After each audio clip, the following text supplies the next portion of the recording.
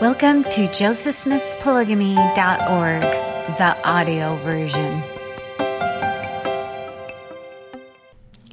Ruth Vose, sealed February 1843. Born February 26, 1808, in Watertown, Massachusetts, Ruth Vose was one of two children of Mark and Sally Vose. Baptized by Brigham Young, August of 1836, Ruth married non-Mormon Edward Sayers on January 23, 1841.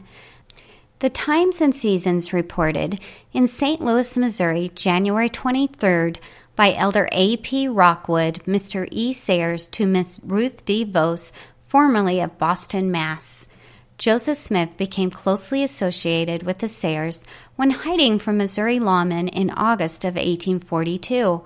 After evading the Missouri sheriff, Joseph proceeded through the timber to Brother Sayers' house, where he was very kindly received and made welcome. William Clayton recorded, on the 11th August 1842, the sheriffs returned, but the prophet had concluded to keep out of their reach, and consequently they could not find him. The sheriff tarried in Nauvoo several days, frequently uttering heavy threats to be executed if the president failed to give himself up, but the officer finally concluded to leave the city. The president remained secure at Brother Sayers at the north of the city, about a mile from the corporation, where he was visited frequently by Sister Emma and his brethren. Apparently, Joseph Smith believed that the officers would be less inclined to search the home of a non-member. During this stay, the prophet became good friends with Edward, although Ruth's husband felt no desire to convert.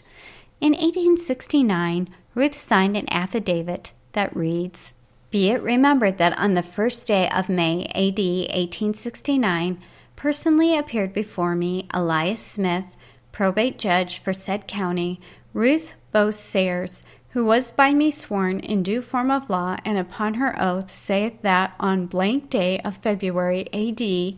1843, at the city of Nauvoo, county of Hancock, state of Illinois, she was married or sealed to Joseph Smith, President of the Church of Jesus Christ of Latter-day Saints, by Hiram Smith, presiding patriarch of said church, according to the laws of the same, regulating marriage in the presence."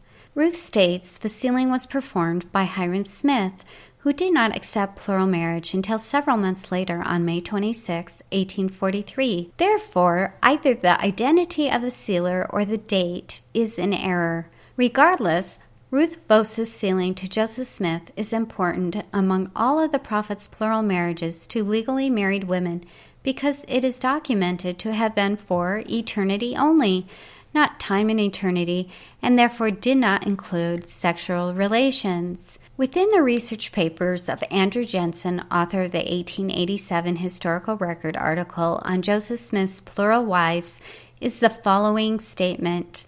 Sister Ruth, Mrs. Sayers, was married in her youth to Mr. Edward Sayers, a thoroughly practical horticulturalist and florist, and though he was not a member of the church, yet he willingly joined his fortune with her, and they reached Nauvoo together sometime in the year 1841.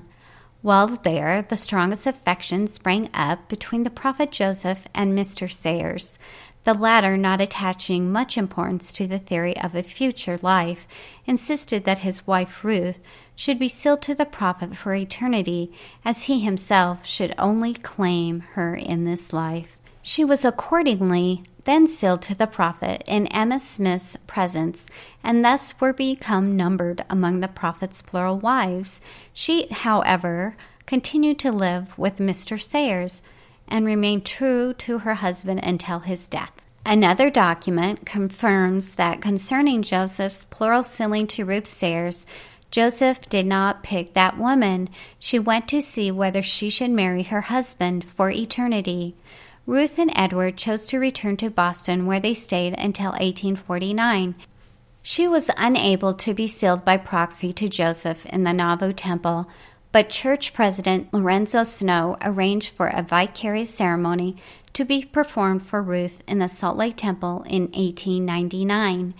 After their 5-year stay in Boston, Ruth and Edward moved to Utah, reuniting with old acquaintances.